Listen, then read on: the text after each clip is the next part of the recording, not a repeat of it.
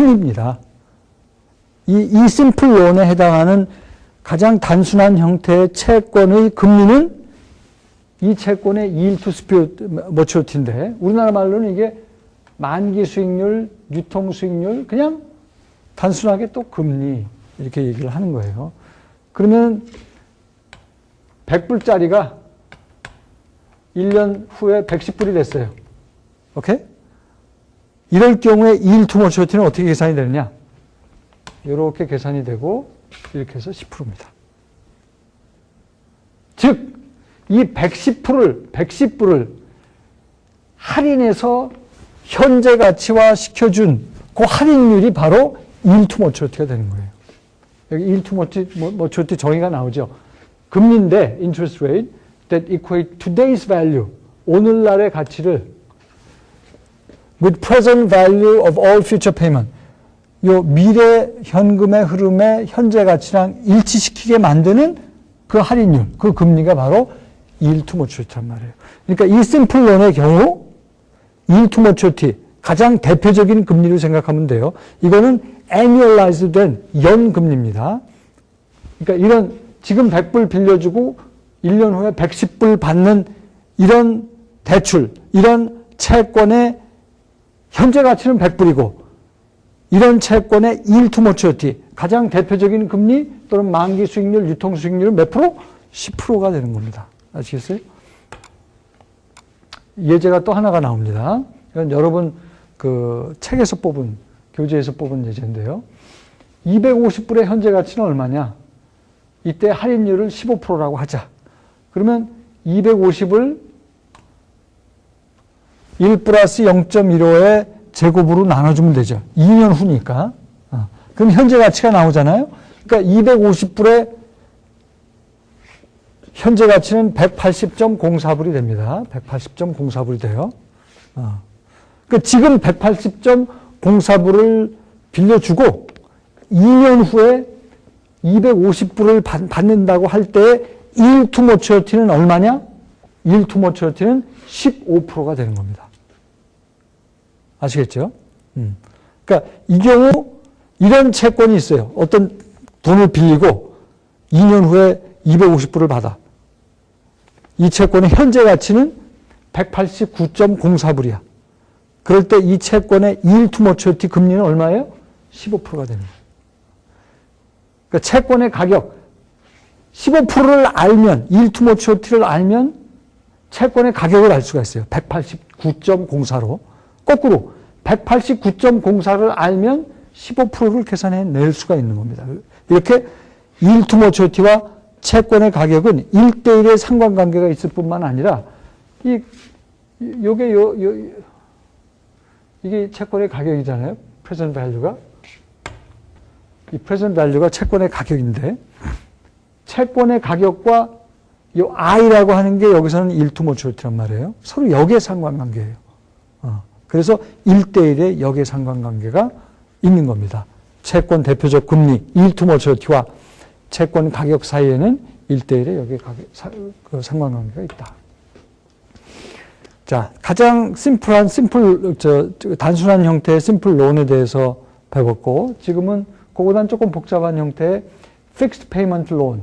이거는 돈을 대출을 해준 다음에 똑같은 금액을 일정 기간 할부로 갚는 거예요. 그게 fixed payment loan인데, 할부 대출, 굳이 이름을 붙인다면, 여러분이 자동차 또는 집 같은 거를 할부 대출로 살 수 있습니다. 특히 미국 같은 경우는 그 주택담보대출로 은행에서 돈 빌려서 산 다음에 한 30년 동안 똑같은 액수를 갚아요. 예를 들어서 1000불을 빌렸다. 1000불을 빌렸다고 해봅시다. 1000불을 빌렸다고 하면 25년 동안 126불씩 똑같이 갚아. 오케이? 똑같이 갚을 때 이걸 뭐 그림으로 지금 1000불을 빌리고 1년, 2년, 3년 쭉쭉쭉쭉 해서 25년째 126불씩 126, 126, 126, 126 만기일에도 똑같이 만기일에도 똑같이 126불씩 갚는 거예요. 그런 게 이제 픽스 페이먼트 론이라고 볼 수 있는데, 이 미래의 현금의 흐름을 현재 가치화 시켜주기 위해서는 1년 후에 126불의 현재 가치는 이렇게 되겠죠. 2년 후에 126불의 현재 가치는 이렇게 되겠죠. 25년 후에 126불의 현재 가치는 이렇게 되겠죠. 이것을 빌려준 돈 1000불과 일치시키는 그 할인율, I. 이게 뭐라고요? yield to maturity, 대표적인 금리, 뭐 다른 말로는 만기 수익률, 유통 수익률 이렇게 얘기를 하는 겁니다. 여기서도 마찬가지로 이런 형태의 채권 가격과 이 대표적인 금리 yield to maturity 사이에는 역의 상관관계가 있고 1대1 역의 상관관계가 있다는 거죠. 이걸 좀 일반화시킨 공식인데 뭐 이걸 공식으로 외울 필요는 없을 것 같고요. 여기서 FP는 픽스 페이먼트를 의미하고 126불 같은 거. 이건 loan value죠. 처음에 빌려준 돈 1000불에 대한 약자입니다.